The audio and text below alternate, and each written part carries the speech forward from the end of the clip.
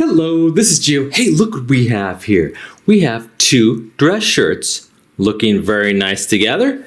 One long sleeve, one short sleeve. Today, I'll show you how to fold these up.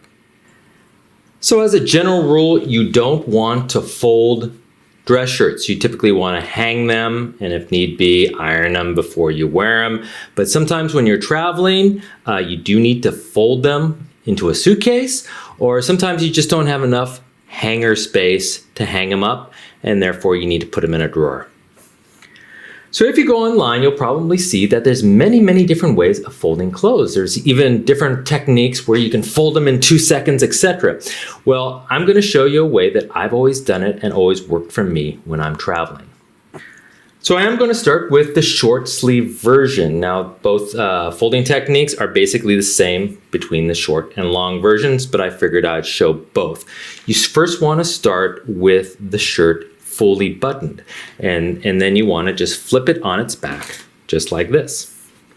You want to try to get the shirt as flat as possible. Now this is probably going to be impossible along the pit line, etc. But basically try to follow where the existing seams are. There's a seam right here on the shoulder. The seam should be in front since they add a little bit of more back fabric. So the seam will be probably about a 1/2 inch to 1 inch in front, and just kind of follow that seam down the sleeve.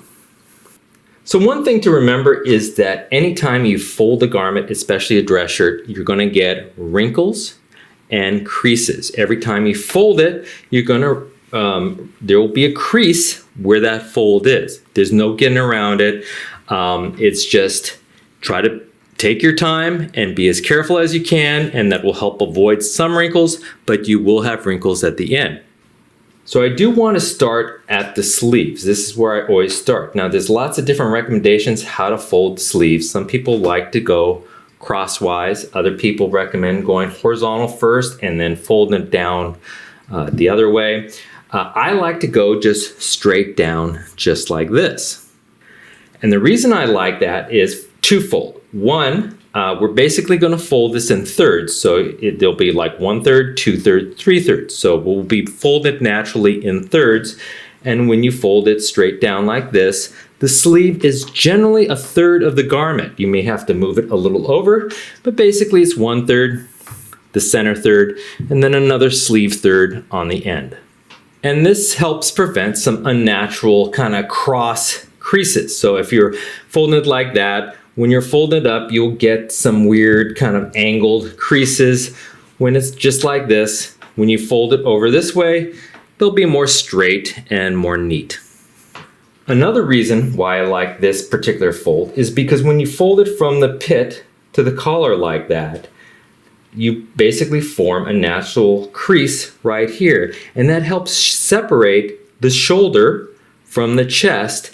And actually, if you don't iron it later, this natural crease helps separate the definition from the shoulder to the chest and actually kind of defines some muscle tone. You can make the argument against that, but I kind of like that appearance. If you're going to have creases, you might as well try to enhance your muscles. So that's exactly what we're going to do. We're going to fold this so it basically matches the left third of the garment, and then do it again on this side to match the other third of the garment. And then we're just going to fold this third onto the center third as neat as we can. Now as you fold this, you don't want to fold the sleeve, so you want to try to keep this edge on the outside of the actual fold. So you may need to feel in there, make sure that it's not folded, and that will keep the sleeve nice and neat. And so you just want to keep this as a straight, neat fold. Next, of course, the right side here, you're going to do the same thing, watching the fold along this sleeve. So you just want to make sure that that sleeve is not a part of the fold. And you just want to make a nice little fold just like that. Pay attention to the collar area. You're avoiding folding the collar. And then it's just a matter of, again, thirds again. You want to take the bottom third, bring it up, as neat as possible. Make sure you try to avoid as many wrinkles, and then fold the top, the collared end, down. You do not want the bottom of your shirt a part of this fold, so you want to make sure that it's outside. And just make sure that everything's neat. And there you go. This is your completed shirt. So that's the front. I have some collar issues there, but this is the back, and this is kind of what the sides look like. And so you can pack this away and hopefully have a less wrinkled shirt when you unpack it. So for the long sleeve shirts, same process. You want to make sure it's buttoned in front and then flip it over. Try to make it as neat as possible.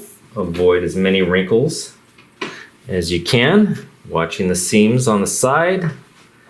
Looking at the seam on top, again, 1/2 inch to 1 inch.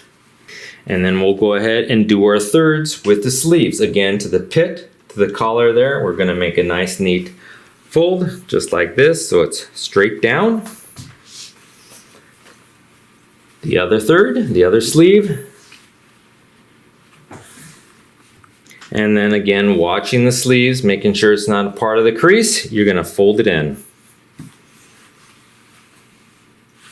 And then fold the other side. And then you're gonna fold it in thirds, starting with the bottom. Bring that up. Fix that a little bit. And then the top. And there you go, the completed fold. Front, back, the side, and there you go. And there you go, that is how I fold dress shirts for packing. Well, I hope this video helped you out, and if it did, please hit that like button at the bottom of the screen, and even consider subscribing to my channel. I'll have many more videos to come. Bye-bye.